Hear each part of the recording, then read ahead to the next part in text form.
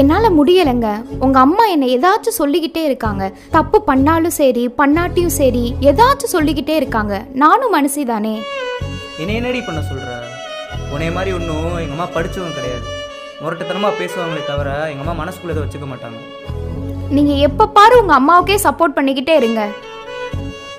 அப்பா, எந்த காலத்துலையும் இந்த மாமியார் மருமக சண்டை ஓயவே ஓயாது போல. என்ன சொன்னீங்க? மாமியார் மருமகளா? நான் இவ்வளவு நாள் உங்கள் அம்மாவை அப்படி தான் பார்த்தேனா? சரி விடுங்க. இதுவரை எனக்காக நான் உங்ககிட்ட எதுவுமே கேட்டதில்லை. கடைசியும் ஃபர்ஸ்ட்டுமா ஒன்றே ஒன்று கேட்குறேன், பண்ணுவீங்களா? என்ன பண்ண? கோச்சிக்க மாட்டீங்களே? சரி, என்ன சொல்லு. நம்ம தனியாக போயிடலாமா?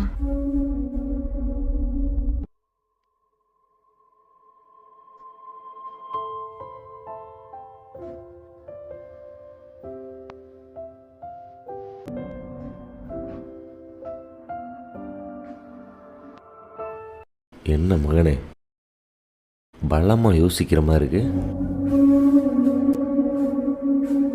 இல்லைப்பா, ஃபேமிலி லைஃப்ன்றது அவ்வளோ கஷ்டமாப்பா? இல்லை, பையனாவும் புருஷனாவும் ஒரே நேரத்தில் வாழ்கிறது கஷ்டமா? யாரா அப்படி சொன்னது? கஷ்டமும் நஷ்டமும் நம்மளா எடுத்துக்கிறதுடா.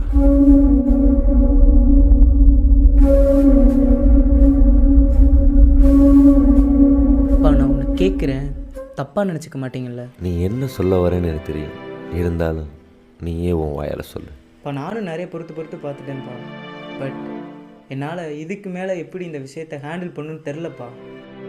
ஒரு நல்ல மகனாக இருந்தால் ஒரு நல்ல புருஷனாக என்னால் இருக்க முடியல. ஒரு நல்ல புருஷனாக இருந்தால் நல்ல மகனாக இருக்க முடியல. அவள் என்னை நம்பி வந்தவ எனக்காக எவ்வளவோ லைஃப்பில் அட்ஜஸ்ட் பண்ணி வாழ்ந்துக்கிட்டு தான்ப்பா இருக்கா. அவள் இதுவரையும் என்கிட்ட வந்து அது வேணும் இது வேணும் ஒரு வார்த்தை கேட்டதில்லைப்பா. ஆனால் அவளாக வந்து வாயை திறந்து ஒன்று கேட்குறா. பேசாமல் நானே விஃபும் தனி கொடுத்தன போயிடவா?